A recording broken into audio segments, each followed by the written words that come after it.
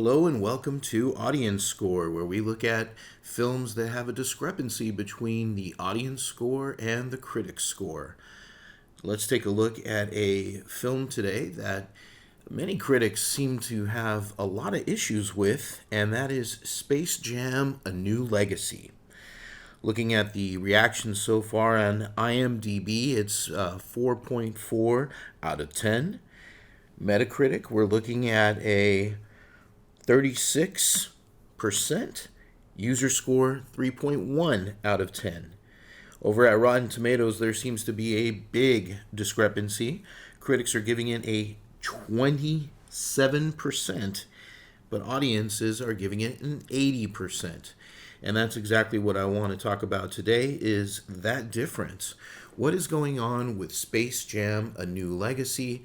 And the critics seem to be fairly united on this one, that this is not a good film. Over at Rotten Tomatoes, we seem to have a difference of opinion, and we'll get into that today. I'm joined with Luke. I'm Curt. And once again, you are listening to Audience Score. So, Luke, what would you like to start us off with? I thought Space Jam: A New Legacy was a good movie. So right up front, Luke is giving us his opinion. I thought it was a bad movie. I thought it was a not good movie at all. And it was one of those films, a rare film, that actually made me angry while I was watching it. So it's wonderful that we have this difference of opinion so we can get into it. And that's exactly what this channel is all about, Audience Score. So for me, it starts off bad right away. And what I'm talking about is the scene where LeBron James's friend gives him a Game Boy. And this seemed to be a really cool scene. I was thinking this is going to be a bonding moment. This is going to somehow play out later in the movie. And what happens is LeBron throws the Game Boy away, as he is blamed for losing a basketball game. And so to me, this establishes LeBron as kind of an unlikable character, even as a little kid. What kind of a kid throws a gift like that from a friend away? Maybe it was an inappropriate time to be playing it, but to just throw it away so callously. So that right there, that just rang a few bells. I didn't know what to expect after that, but right away I didn't like the character. Anyways, what do you think? I had no real issues with that scene because I thought it mirrored what happens later in the movie pretty well. They make me hate LeBron at all. What happens later that you see? Well, the whole video game thing is mirrored with his son, and basically the basketball and video game conflict that's throughout the entire movie. So it's setting up the video game conflict by making it video games versus basketball. Exactly. Do you find that this film has a lot of verses? Oh, yeah, of course. I would say one of the things that I take issue with more as a lost opportunity than anything else is that you'll find in the course of the Space Jam: A New Legacy that it really becomes father versus son. And I think that that is a missed opportunity where right from the get-go in a different storyline, you could have had father and son, and I think that would have been much more interesting than a father versus son scenario. And partially, I don't buy the ending. I will say that I think that if there is a hero in this film, it's Bugs Bunny, number one. Number two, if there's a human hero in the film, it's Dom, who is the son of LeBron James, and he's the one that is going through a major character arc. And if you watch it, he's the one that makes pretty good decisions throughout, as well as being open-minded. He listens to his dad, he's respectful, so forth. While at the same time, the film turns him into a villain. And this happens over and over again with characters in this film, is that they do things that a villain would do. And in particular with Dom, in that case, we're talking later in the film when they are playing the basketball game. The stakes are supposedly that all the people that have been sucked into this serververse, who are the audience for the game, if LeBron James and the Toons lose, they're going to be in there stuck forever. So wouldn't Dom throw the game if he knows that's the stakes? I guess. I mean, I feel like it's kind of the same thing with LeBron and his coach early on in the movie, though. It's like Algae Rhythm is now taking that place, you know? Mm-hmm. So it's kind of like, even though Dom knows it's wrong, you know, just like throwing away the Game Boy earlier on in the movie, it's kind of like he's just doing what he's told because he's finally passionate about something. If someone actually cares, like, you know, in quotes, but someone actually cares about what he's doing, which is the video game stuff, which is what the entire final battle is. Here's a question. So early on in the film, we have this scene with LeBron and his coach who's scolding him. And then we see, very shortly after that, we see LeBron with his son, and he's scolding him. Who do you think comes off as more fatherly between those two people, LeBron and the coach? I would say it would have to be the coach, because the coach completely shapes LeBron in the story. The coach is a central character who never comes back. But then he comes back in Algae Rhythm. So it's kind of saying that the coach was a bad guy in the end, you know. That's how I took it, at least. I think that LeBron, you could also take Dom as being a representation of himself in the past, too. And kind of the attitude between the two different versions of LeBron. And now it's LeBron having to, like, go back to his ways of playing video games and stuff like that, what he's passionate about as being a kid, you know. Which comes up again later on in the actual ending of the movie, too. Okay. Well, I thought that LeBron came off as even angrier than the coach at his son. And I don't know if that was intentional to show that they had a bigger divide or something, or what LeBron was establishing, like right away, that he was just sort of like an angry father, my way or the highway. And one of the things that really rubbed me the wrong way was when he said, "This is not a game."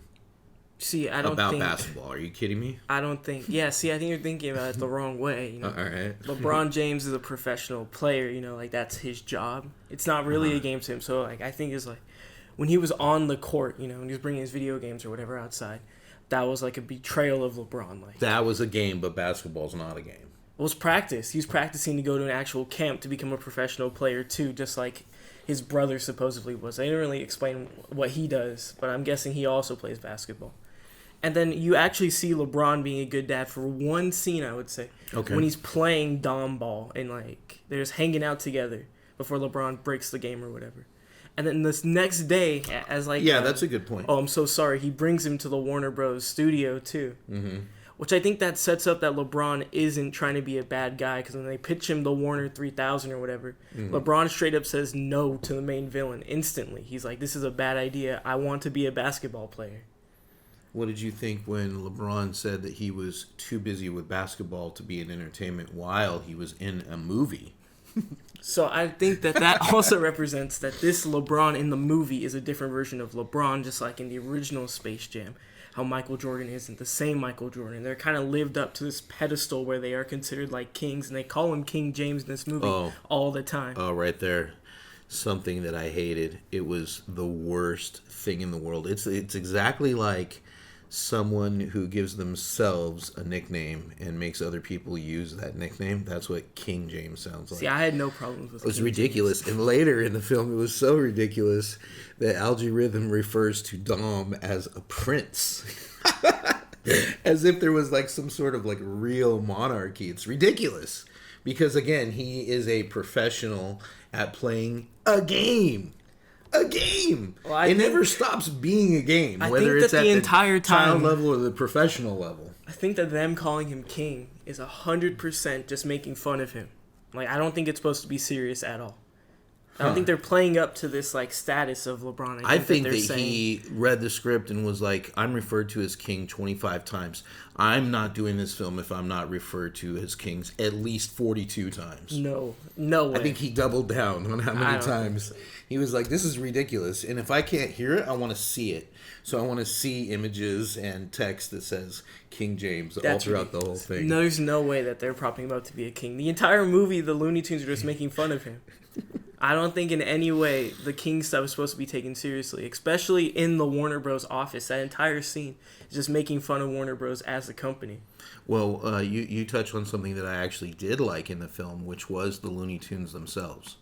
And I think the strongest part of the film, including from LeBron, was when he was doing voice acting and they were in the Toon World, and then Bugs takes LeBron out and they go into other places like the animated DC world and so forth. That was my favorite part of the film. I actually enjoyed the film at that point, and I didn't dislike LeBron.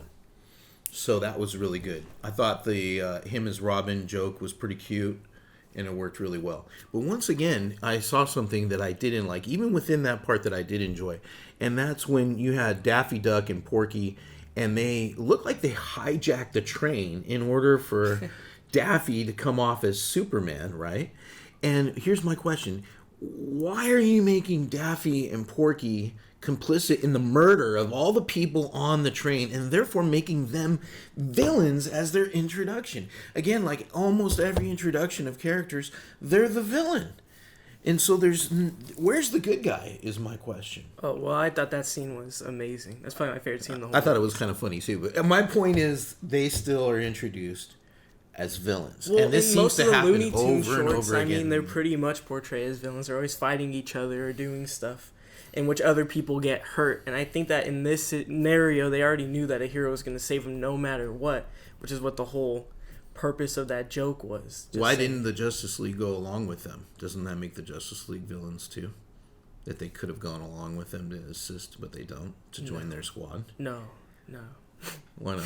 Because they're like, I mean, you're LeBron destroying specifically their goes credibility. there to get Superman on his team.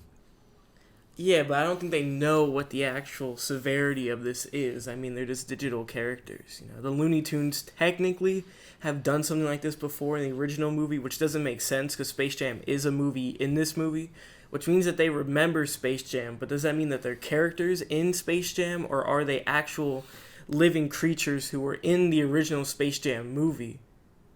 You know, because think about it. In the scene where they go to meet Michael B. Jordan, right? All Looney Tunes are super excited, like, oh my gosh, I can't believe it's Michael Jordan. Mm-hmm. But in this universe, the original Space Jam, there's a poster of it in the Warner office, right? When they're showing the whole presentation. Which means that Space Jam already exists. Mm-hmm. So why would the Looney Tunes be excited to meet Michael Jordan if they never actually played basketball with him?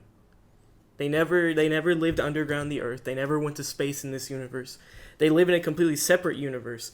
So why would they even know about the basketball game at all, or even be willing to play? But then why do the characters all show up at the end? How do they know that there's even a game if it's not resonating within their universe, their server? That was algae rhythm. They pretty much explained it. When they turned everything 3D, all the worlds came crashing down because if they didn't, everyone would be trapped in that one Looney Tunes world. They turned the entire serververse into like one area. Okay. And even then, they showed that some characters can just explore the serververse whenever they want, like Rick and Morty. And that's never explained. Let's talk for a minute about the CGI, because I thought it was horrendous. The style of the serververse was just so typical. I mean, the only thing that would have been different between something made in 2005 and this serververse was the color was like a pinkish purple. The digitization was this pinkish purple instead of like a green or a blue that you would have seen, and it looks just as bad. It does not look good at all. I like the 2D animation, but the serververse was what? It didn't even look that bad. It's just space. Oh man, what'd you think about the line when it says, when an athlete does acting, it never goes well? Yeah, again, that's playing into the fact that they're calling him, like, King James, ironically. They're pretty much making fun of the fact that they're making another Space Jam movie in general. Is it a bad idea, though, to point out something that could later be considered an obvious flaw? No. Like, yeah, athletes really are bad actors. I think that this movie... And this movie is proof, for example. ...is being taken the wrong way. Because now that we're seeing people like actual YouTubers, you know, they're splitting the two sides. Either they hate it or they like it. But they don't like it as a good movie. They like it because of the meta sense and like how insanely bad a movie can be. But I think that this movie was made purposely bad. In what way? I think that they did it like in a meta way. Like they knew that this movie, no matter what they were gonna do, was gonna be compared to the original. So they tried to make a movie that was pretty much a parody of the original, while somehow being worse than the original. But I think that makes it better in a way because it's more just like interesting as a film, just what they did. Okay. So here's another question that I had with the film that I thought was a problem, because a lot of the conversation is about how Warner Brothers is pushing all their properties, or their major properties and so forth, and that's the serververse. Rather than us going into space where it's called Space Jam, we're going into this serververse, and it's not just the internet, it's the Warner Brothers server. All right, so Luke, I'd like to ask you about something that bothered me during this film, which is the adult references. Now, in many different animated films, you have adult references in jokes. However, in this film, you seem to have extremely mature references. I'll give you an example. So, when the first time we see Wile E. Coyote, he's in a scene from Mad Max Fury Road, which is one of my favorite films. And as a parody, I thought it worked great. For a kids' movie reference, I thought it was really violent. I mean, he's literally replaying the part where the character commits suicide trying to blow up the other car, spray painting his teeth and everything. Witness me. And again, it's fantastic for a parody, but does it belong in a children's movie? And later on, when we see all the Warner Brothers properties, the characters in the audience of the Domball, you see the Droogs from Clockwork Orange. Those guys literally rape a woman in their film. Clockwork Orange is an extremely ultra-violent film, and yet it's being referenced front and center. You have Pennywise in the audience, who terrifies children. I know some kids who can't even watch Space Jam just because if they see Pennywise in there, it will give them nightmares. And so constantly throughout this film, you have these they're not adult references in a typical way, like I said, that you would see in a film like Shrek. They are really adult themed. Even seeing Rick and Morty, which is a super mature cartoon, it just makes me ask once again, who is the audience of this film, and why are they showing kids these very adult themed films and television shows? Game of Thrones, another example. To be honest, I have no idea. I really don't know why they chose any of those movies, except that Warner Bros. Hasn't put out anything like really big in the past 10 years for like children, I would say. Well, see, and that's an interesting point, because they show for a brief moment when the characters are all flooding in to see Domball. They show the Scooby-Doo group, they show Hanna-Barbera, they show the Flintstones, and you think, wow, they could have used these children's properties. All these classic characters could have been in this film, but instead they're going to reference Mad Max Fury Road, rather than Scooby-Doo. Well, look, you just said classic, but they're not really classic to people like me. I don't know anything about any of those properties, so. Well, what do you know about Captain Kirk? I don't know. I didn't even know that was a reference.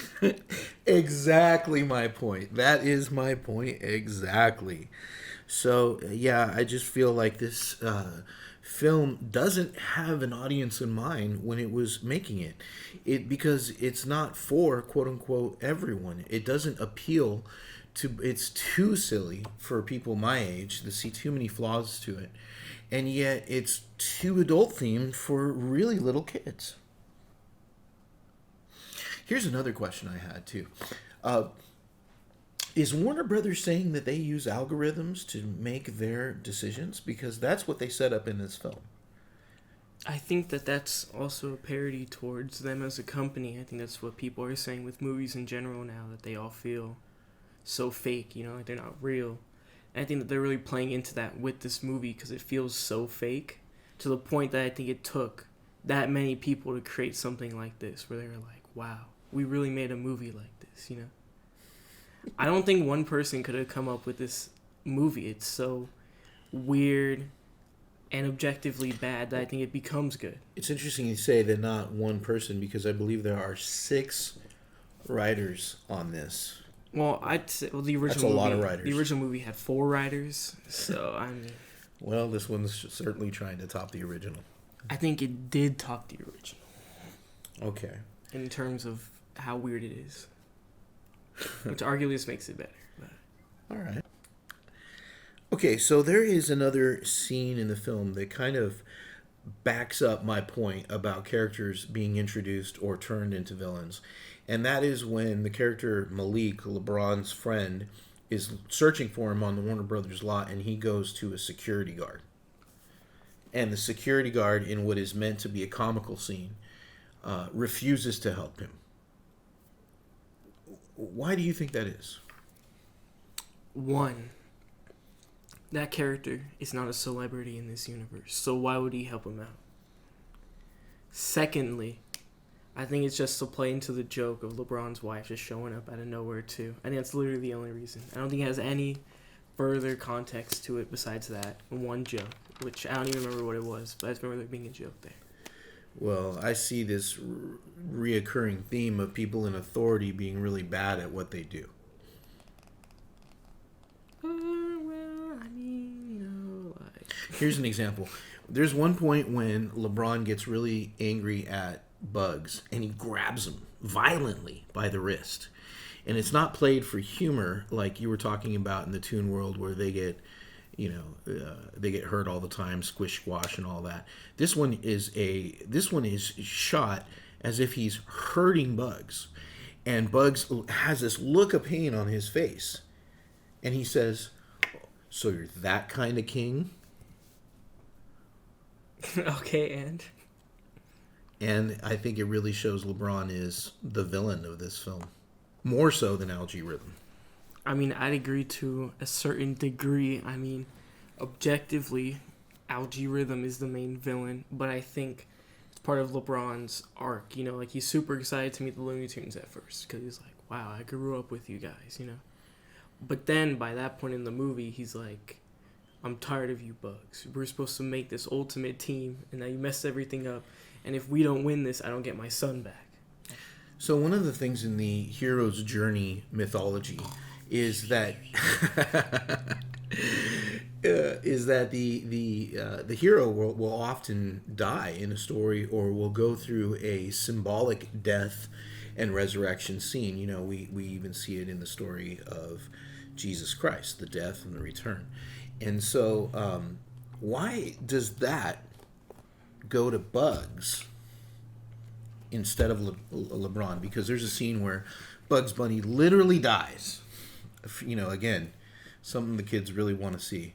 Alright, so I thought the scene where Bugs Bunny died was pretty hilarious, as it totally plays on the fact that the hero's journey is bad. So basically, Bugs Bunny dies, and then it connects back to a bunch of other things in the movie, because you said, that has no basis in the plot. But I think it goes back to one of the quotes that you said you hated, where LeBron was like, "Basketball isn't a game." And if you remember back when they were playing Dom Ball, right? They're playing Dom Ball. Dom, using LeBron's ultimate two-step basketball move, caused the game to crash. But when Bugs Bunny did it, the game didn't crash, because to LeBron at that point, it wasn't a video game. They were living real life, which means that Bugs Bunny didn't die. He just came to the real world, because what LeBron found is that everything is real at the end of the day, which I think is what made LeBron accept everything. The game camp, all of that, Bugs Bunny coming back. Well, why did he do the bait and switch on his son right at the very end there, where his son is under the impression that he's going to basketball camp, and then literally they're walking up on it, and LeBron's like, "Surprise, it's your coding camp or video game E3 camp." Well, because at that point, Dom was already interested in basketball because of what happened at the end of that. He was like, "Okay, no more video games. I almost caused literally half of the people on Earth to die. So why don't I just try out basketball?" Because I already got to play it, and I was having fun while I was with Algae Rhythm. And then I think the bait and switch was the final confrontation, where it's LeBron's finally go on, do your own thing. And then it connects back to everything, because it's kind of like how his coach was like, no video games. But then LeBron was like, okay, video games. It's kind of like that. I found the use of Granny, the Looney Tunes Granny character, kind of odd because she literally has more to do than Lola Bunny, I would say. Lola is introduced, by the way, as a hero. Probably the only character introduced as a hero on Themyscira, on the Wonder Woman area, right? And she literally is introduced saving Bugs and saving LeBron. Okay, so she's clearly a hero, and the film goes out of its way to make her opening a hero, but she doesn't save the day in the game. And the person who has multiple, like, sort of spotlight moments of kicking butt is Granny. And my question is when did Granny become such an important Looney Tunes character to where she's been given more screen time than way more iconic characters? You gotta think about it like this. First of all, Lola Bunny was only created for Space Jam anyway. So I think it's the fact that she was the only person in the entire group who before this like game actually knew how to properly play basketball. Like that was her only purpose. And during the movie, she's arguably the only Toon who has an actual like friendship with LeBron. Because during the entire movie, Bugs and LeBron have like a head-to-head thing going on with themselves. But Lola Bunny's pretty much the only one who actually plays the game correctly and teams up with LeBron multiple times during the first half of the game. In fact, I think she is the first person to actually score a goal when they're playing correctly. And I think that they chose Granny to do that because not only is she the only other female character in the main group, but also as just like a comedic relief. Like I didn't think it was very funny, but you know, that's what it was kind of meant just to to be. throw it in. Yeah. Well, that's what I thought when she was first introduced. I thought it was clever, the Matrix scene, and you know we've seen it a million times. But again, well done and super well done in a parody. I don't know if kids would get the reference for a 1999 ultra-violent action flick, but maybe they do. And that introduction was kind of funny. I like Speedy Gonzalez. You know, if you're gonna parody Bullet Time, Speedy Gonzalez is a perfect character to do that with. So so that was a clever scene. But then she kept having these moments of where she's saving the day and kicking butt, and I just thought it was weird that Daffy Duck took a back seat to Granny. No, I actually like that because I think, like you said earlier, Daffy was being arguably the only villain, I would say, you know, with his big scheme or whatever. So I think the fact that making him manager, you know, it actually adds to his character in this movie. If he's on the court, what is he going to do compared to everyone else? You know, he has no unique powers. Everyone else kind of has their own thing going on. Daffy Duck, I would say, is arguably the odd one out. What do you think about LeBron James as an actor? I don't think he's that bad because you got to think about it like this. This is I don't know if it actually is the first movie he's ever made, but he has done voice acting before. Well, actually, he was in a film called Trainwreck, and he was very good in that film. I thought he was funny. He played a cheapskate version of himself, and it was very good. And so I know that he can pull off some acting. My take is that he just came off as very angry for most of the film. So he's doing anger a lot. Mm-hmm. Well, I didn't think he was that bad. And I think he is angry because, like, his whole character in this movie is, like, a complete... That's part of his character arc, going from a grump to a fun guy? Yeah. It's a complete parody of himself. You know, he is the king of the court, as they literally say 5 million times during this movie. So it's like, why would he be happy when he's not playing basketball, you know? And when his sons are not interested in what he's doing, then of course he's going to get mad at it. And then when he actually learns that his son's making a basketball video game, he's like, oh, that's interesting. That's something I'm into. And then instantly he gets, like, mad about it being not the correct way to play basketball. Like he says, his fundamentals or whatever. But that's, like, his whole character arc. But as an actor, I thought he did a fine job, especially when it came to the actual final basketball scene. Because it was just a green screen. There was no one else doing the other moves. He literally stood there and had to react to stuff. Same thing with Don Cheadle and Dom. I mean... We haven't talked about Don Cheadle, and Don Cheadle is a very, very important aspect of this film. He is, I would say, the main villain in a rogues gallery of villains introduced in this film. But he is meant to be our main villain. And what do you think about it? I think he did a great job as a villain. Was he funny? Funny?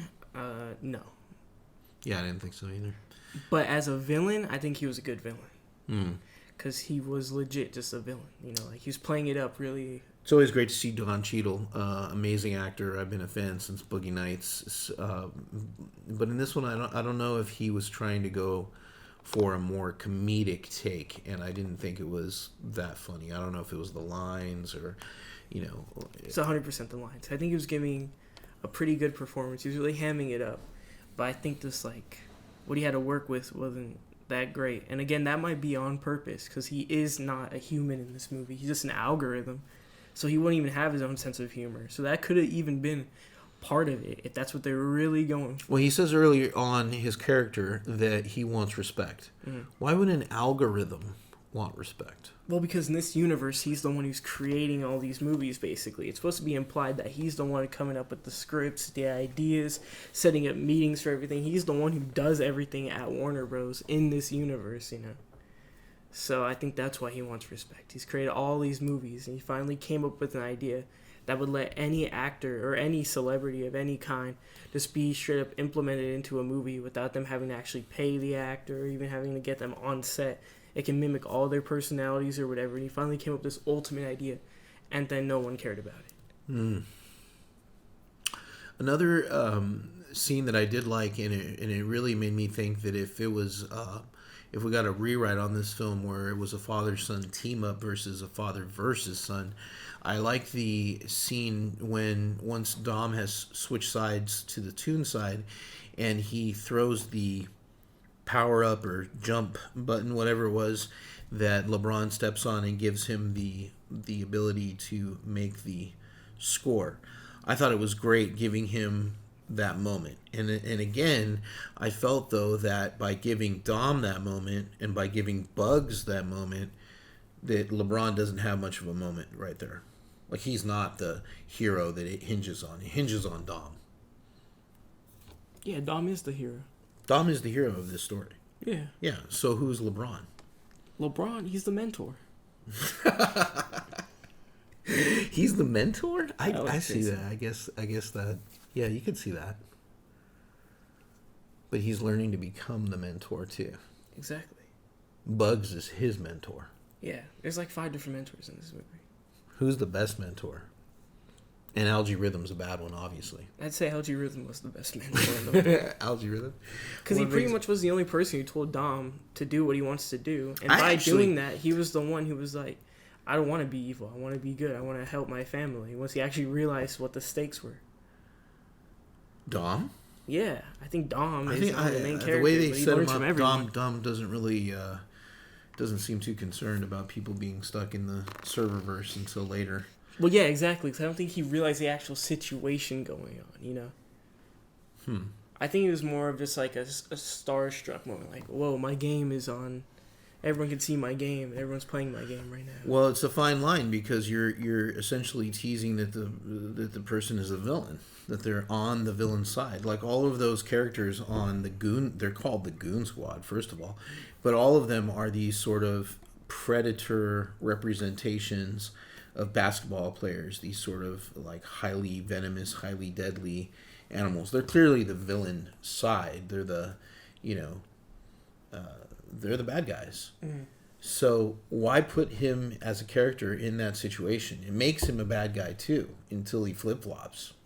No, because you're thinking about it like just like generic villains. So you gotta think about it like as a video game. Like those characters. They have their superpower. Like they're superheroes. They're not even villains really.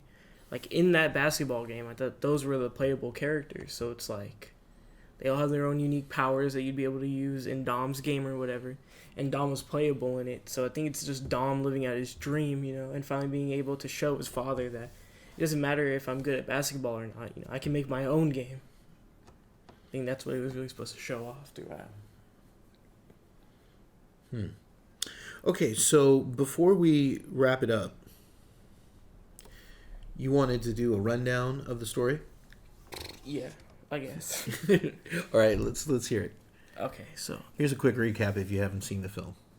Yeah, even though we spoiled the whole thing, and it's total spoilers, out of order, and all that. All right, so LeBron, he breaks his son's game. Then he goes to Warner Bros. And then they go into all the movies. And then they play basketball. The end. That was a little shorter than I thought it would be. That's the whole movie. Wow. Okay, so who would you recommend this film for? You enjoyed it, so who do you think? What's the audience that I'm at a loss to find? The audience, okay. The audience is me. I don't know. People. I mean, kids. No, it's not for kids though. I feel like a child would get bored and are scared, like you said. I think they would get scared, especially if they know those references. They get even more scared.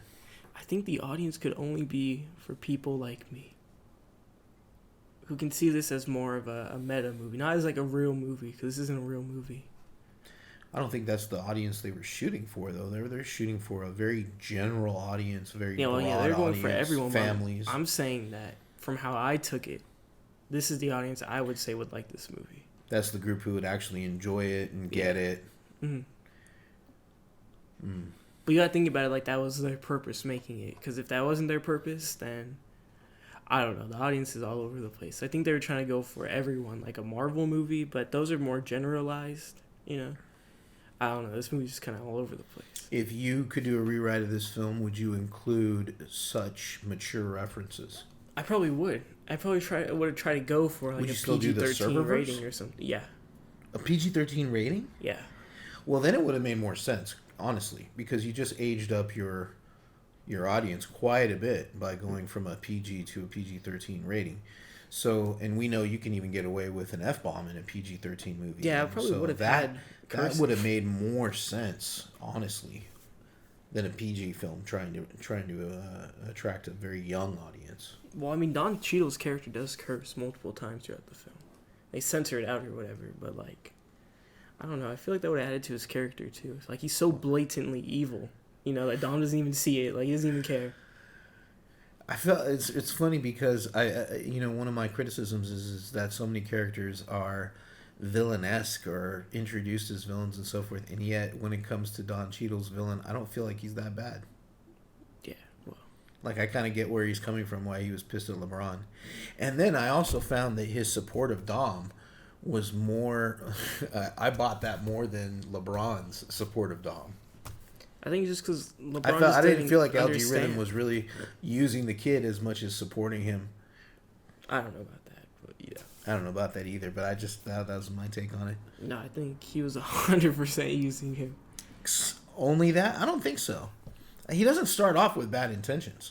He wants the best for the Warner universe, and he wants respect for that, and this is his idea of how everyone can be successful by having LeBron James in this Warner Brothers universe and appearing in all these different properties. So he starts off with good intentions. Good intentions for the company, good intentions for the audience. People are going to love it. Good intentions for LeBron. It's going to make him even more of a king. No, it's the complete opposite of that, but okay. You think he had bad intentions the whole way through? Yeah. 100%. I don't know. I think they were giving him a reason to be pissed at LeBron. And I think he had to come from somewhere that was a place of like, where LeBron did him wrong. Mm-hmm. And he does it by rejecting him, which is what LeBron does to his son too. You talk about parallels. That's a parallel. Okay then. Did you like Porky's rap? No. But if I was making a movie like this, I probably would have had that scene too. Would it have been better if Porky's rap battle was actually between two characters rather than him battling no one? Yeah, probably. So in the Warner Brothers universe, who would you set up as Porky versus who to rap? Well, he would have had to fight one of the Goon Squad people. So I don't know. Wet Fire, whatever his name was. Wait, to rap battle? Yeah. Well, I'm saying they could bring in anybody. Anybody? Sure. I don't know. Porky versus Kanye? I was thinking Kanye, but I don't know why he would be in the Warner universe. I don't know. Who would you have him rap battle against? I don't know. That's a great question. Is 8 Mile in a Warner Bros. Movie? Well, if it was, then we would have had Eminem lookalike on the sidelines. Okay, so final rating for Space Jam: A New Legacy. Originally, I was going pretty rough on this one, and I gave it a 1 out of 5 stars. But watching it a second time and looking at it again, I have to admit that the stuff with the Looney Tunes, the stuff where LeBron is a cartoon character, I actually really enjoyed.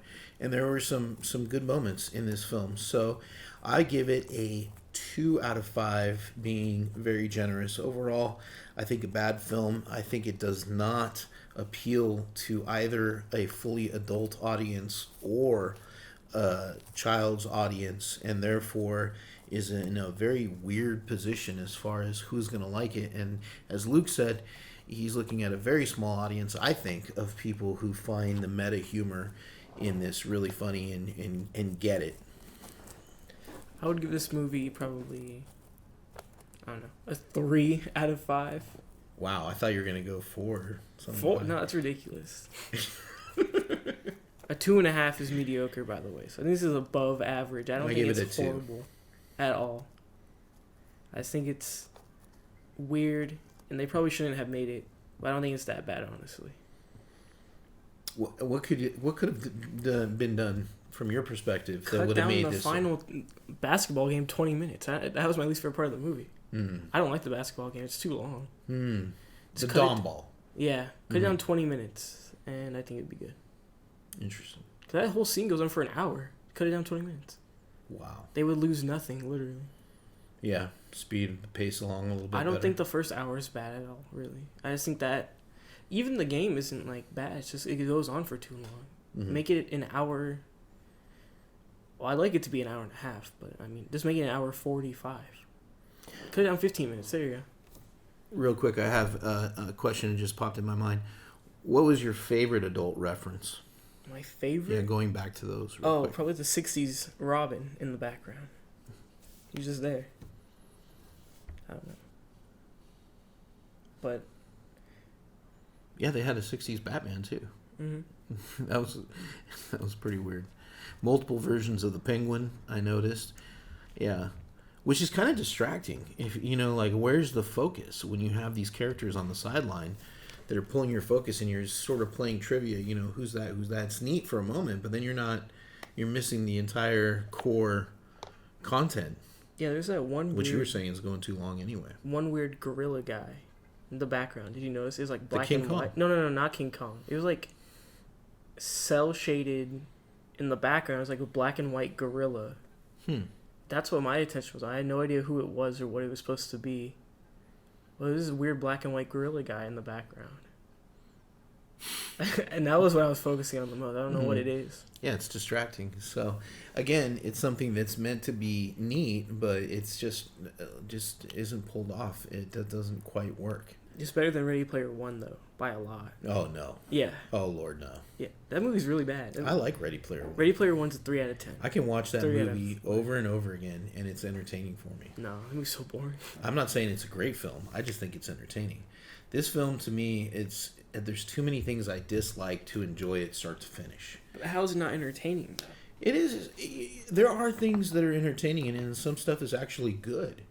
It just doesn't work to me as a whole film, and when you break it down into pieces, it's like I can't enjoy a film because one portion of animation is decent and enjoyable, and then some of the parodies are funny, but I don't like the main character, and I don't like the core plot line. It's not enough to make me enjoy it and make it a memorable experience. Watching the second time, I didn't think, this is fun and I want to do it a third time. Would you watch it again? Yeah. If I'm with, like, friends or something, yeah. And they wanted to watch it? Yeah.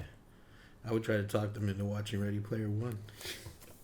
I would turn that movie off in like 5 minutes. That movie's so boring. How could you watch Ready Player One? Well, that's a discussion. And the for CGI another is time. really bad in that movie too. I would argue that it's on par. No. Because I agree with you that some of it's just the CGI is not great in Ready Player One, and I would say you see the same kind of blah CGI in Space Jam: A New Legacy for sure, definitely. It's like you have the entire universe, and this is what you come up with, these digitized lines. Yeah, it's very boring. What else are we going to do for the server? I don't know, man, but let's see something that we haven't seen for the last 15, 20 years. I don't know. This movie's way better than Ready Player One. That's all I'm going to say. All right, so those of you listening, look forward to our Ready Player One discussion, which I'm sure we'll be having. No, I'm giving it future. 3. That's it. I'm not What? ever talking about it. No, not 3 out of 5. I'm giving it a 1.5 out of 5. Ready Player One? Yeah. Wow. Talk about a controversial opinion. Space Jam: A New Legacy over Ready Player One. I don't think it's controversial at all. I do. I know. I do. All right, well, we'll see you next time when we review the Suicide Squad and Suicide Squad double feature. So, yeah. And that's all, folks.